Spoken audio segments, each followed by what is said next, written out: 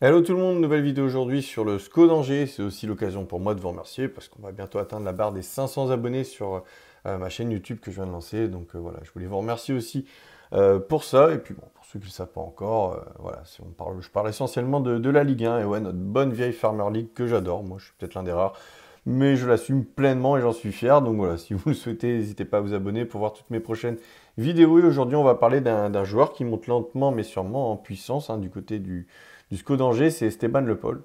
C'est un garçon qui est très attachant. Moi, je ne le connais pas personnellement, mais j'ai quelques amis qui le connaissent et qui m'en disent le plus grand bien. C'est quelqu'un qui a connu des étapes difficiles dans sa vie et qui n'a jamais lâché aussi son objectif pour atteindre son rêve de devenir footballeur professionnel.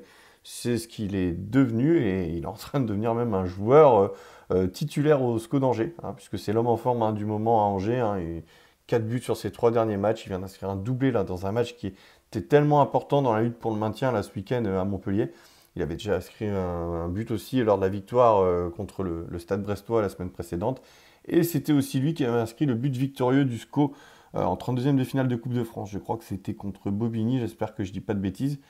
Donc voilà, Angers a eu du flair pour aller le chercher, puisqu'ils ont été le recruter il y a de ça un an. Il était à l'époque le meilleur buteur du championnat national à mi-saison avec Épinal, 12 buts en 16 matchs. Ils l'ont recruté pour seulement 150 000 euros, les dirigeants angevins. Donc, franchement, bravo à eux, surtout qu'ils partaient quand même avec plusieurs longueurs de retard par rapport au FC Metz et à la JOCR sur ce dossier, à l'époque, il y a de ça un an. En plus, pour la petite anecdote, Esteban Le Paul est né à Auxerre, donc il aurait pu rejoindre aussi le club de sa ville natale, mais tant mieux pour lui, il a été au SCO d'Angers, c'est un choix payant, puisque voilà, je vais rappeler brièvement son parcours pour ceux qui ne le connaissent pas. Bon, je pense qu'il y en a beaucoup qui ont appris à le découvrir déjà récemment parce qu'il a inscrit ce qui sera sûrement le plus beau but de la saison. C'était contre le PSG en plus, qui plus est. C'était un but magnifique, un but à la FIFA, FC25, appelez-le comme vous voulez. Mais voilà, c'est un joueur qui a jamais lâché, qui a connu, je l'ai dit et je le répète, des moments qui sont pas très simples à vivre dans sa vie. Et au final, c'est quand même remarquable ce qu'il fait. Il faut mettre en avant ce genre de parcours qui reste quand même plus ou moins atypique, on va dire. Il n'a pas le cursus normal, c'est-à-dire qu'il a fait Nancy, puis Lyon en centre de formation. Donc on a forcément un super bagage technique, tactique, tout ce qu'on veut quand on sort du centre de formation de Lyon. Il avait aussi connu la Youth League, donc ça en termes d'apprentissage pour un jeune joueur, c'est une super expérience. Mais voilà, il n'avait pas pu avoir sa chance en équipe première et donc professionnelle du côté de l'Olympique Lyonnais. Ensuite, il a rebondi donc à Orléans. Il a d'abord passé par l'équipe réserve d'Orléans. Il a rapidement fait son trou ensuite à l'US Orléans national. Il a mis pas mal de buts. Ensuite, il va à Épinal. Et c'est ce que je disais, il était meilleur buteur du championnat national à mi-saison, donc il y a de ça un an. Recruté ensuite pour 150 000 euros à Angers. Et à Angers, pas facile d'arriver comme ça à mi-saison, comme ça, nouveau championnat, la Ligue 2, le monde professionnel.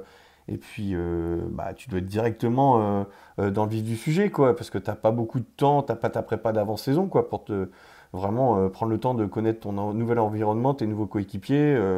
Il n'a pas été titulaire indiscutable l'année dernière, mais il avait déjà fait des très belles entrées et très beaux matchs. Je crois qu'il avait 3 buts, 3 passes D aussi sur cette deuxième partie de saison en Ligue 2.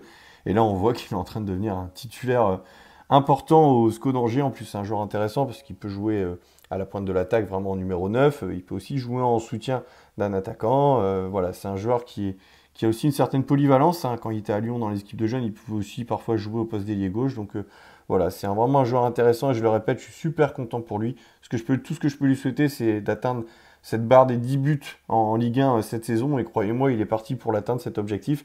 Et surtout, le plus important pour lui et pour les supporters d'Angers, c'est que le SCO puisse se maintenir en Ligue 1. Et je pense que même ça, si vous lui demandez, ça serait sa priorité.